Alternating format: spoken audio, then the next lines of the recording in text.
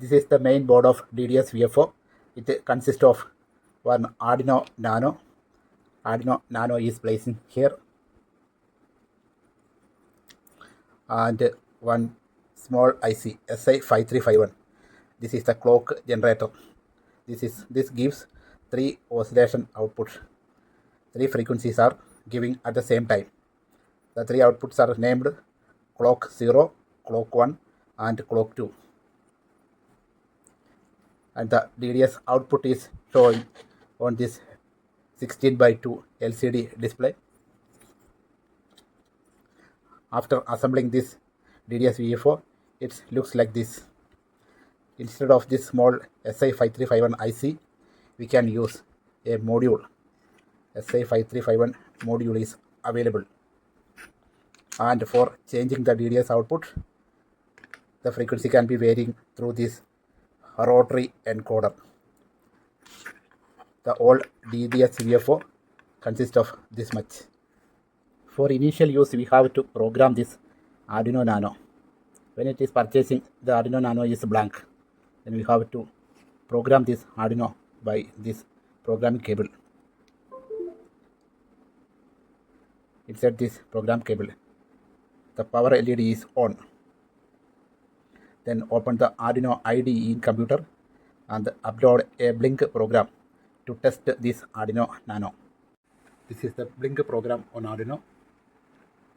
Connect the Arduino Nano and select in Tool, Processor, the board as Arduino Nano, processor as Atmega 328 board bootloader, and select the COM port, and the programmer as ISP or Arduino as ISP. Both these will work. Then upload the program. The program is going on. The LED will blink.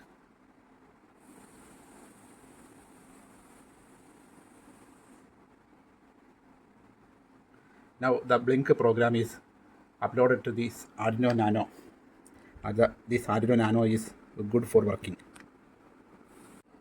Insert the Arduino Nano again on the DDS board and connect the programming cable. Now the display shows only square on the. Now we have to program the DDS firmware onto this Arduino Nano. This is the DDS firmware which we have to upload the DDS Arduino Nano.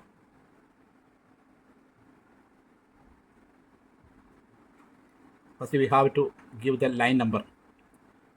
To give the line number, go to the file, then preferences, and pop-up window will come. Tick here.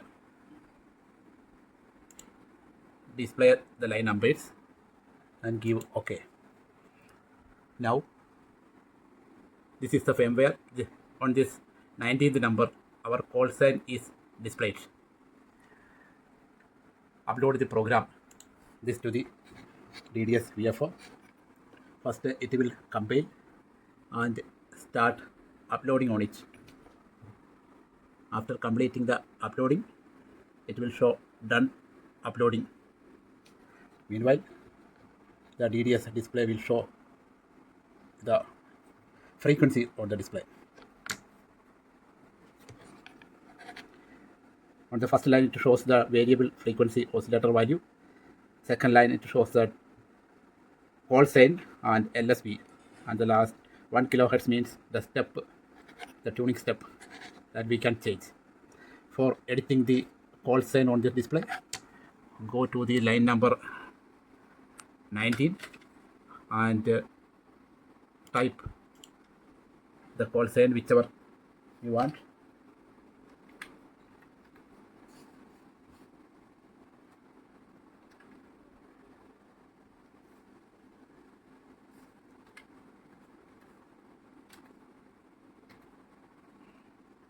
The call sign, then upload it.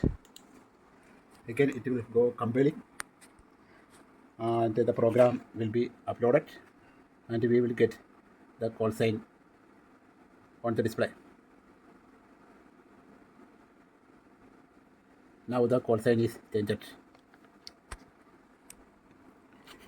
Now we can fix this DDS on the back cover.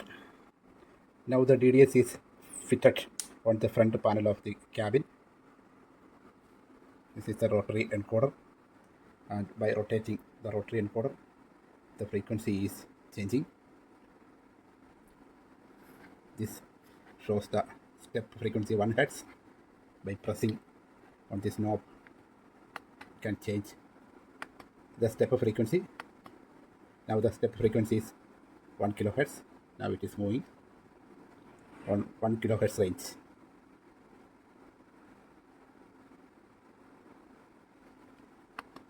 Again, we can press and change the step frequency. To get the beat frequency value, press and hold the rotary encoder knob for a few seconds and leave it. Now we will get the VFO value. Again, press and hold the rotary encoder for a few seconds and leave. The VFO will be tuned and the value is saved. By simply pressing the rotary encoder for a few seconds, it will give connect the DDS VFO to the radio channel for tuning a station and for calibration. Select a station which is much strong channel and which is familiar. Keep the frequency where the audio is clearly hearing.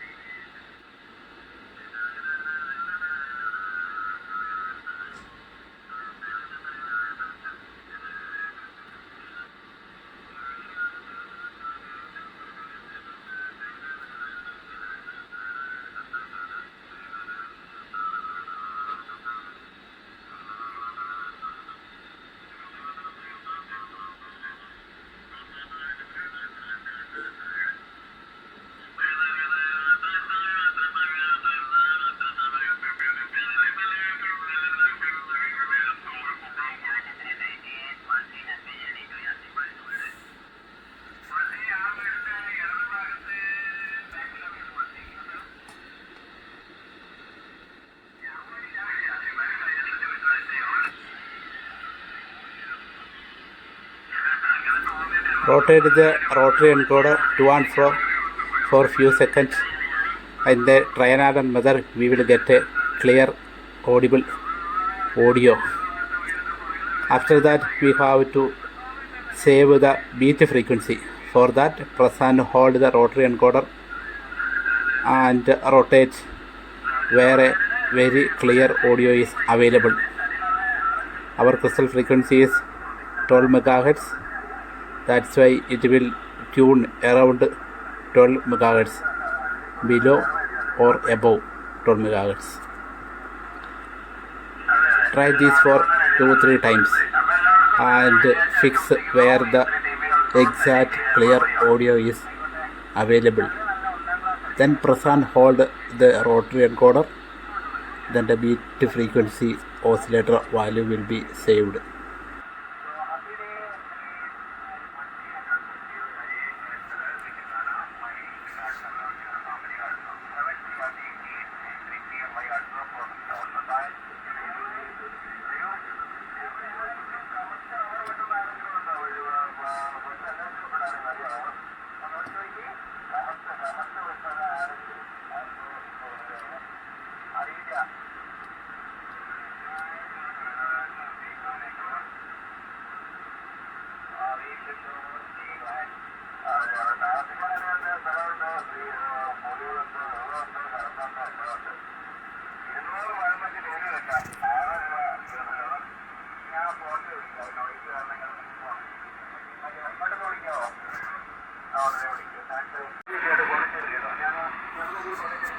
For calibrating this DDS VFO, we first adjust the variable frequency oscillator value to hear a correct audio.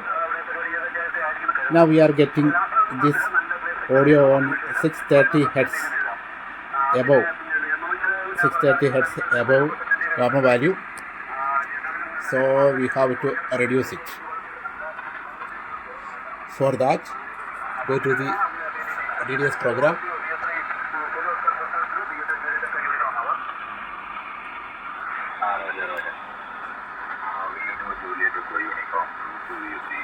And scroll down.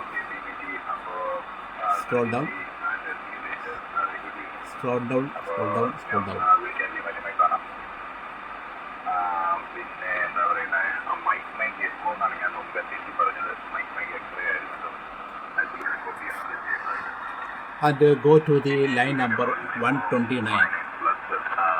Line number 129. There is a value. This is the calibration value. We have to change this calibration value. I am simply changing this 253 to 150.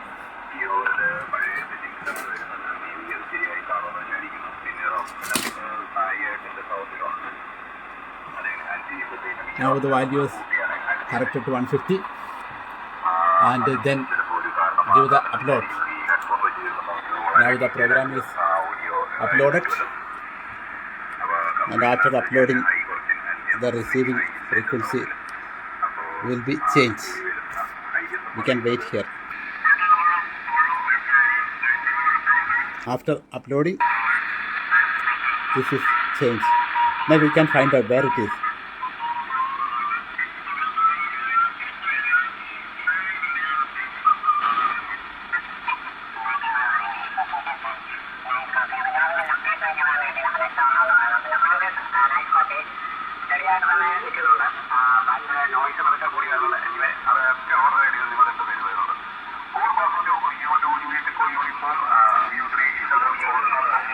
Now it is showing on 150 hertz below. That means that value is not correct. So we can change again this value 150 to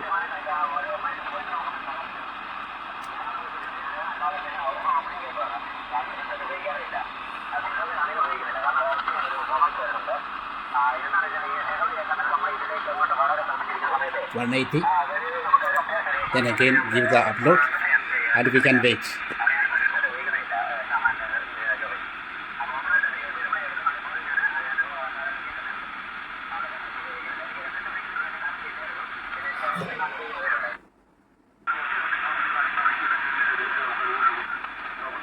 Now the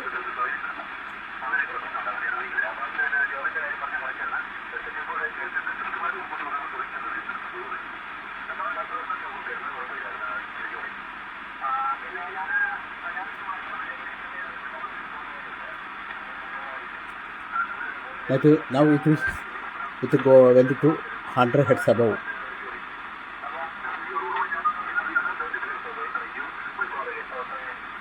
So how we have to change this value.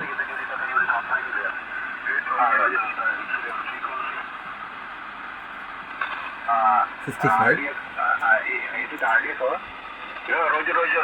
Again give the uploading, and the program is uploaded. Meanwhile, the frequency will change.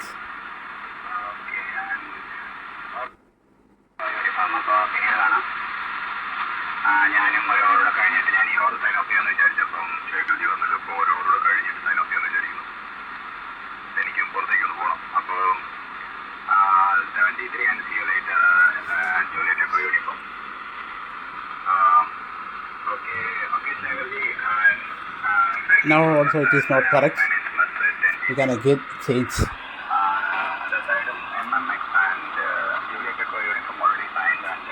170.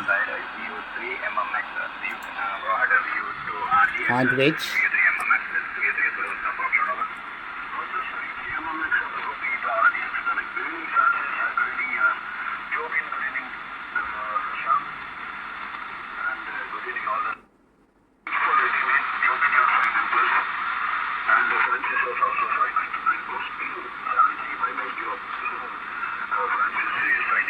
Now it is almost exactly on the frequency. In this way, we can calibrate this DDS VFO in a trial and error method. The other method is using the serial monitor method. That will be not easy for the beginners.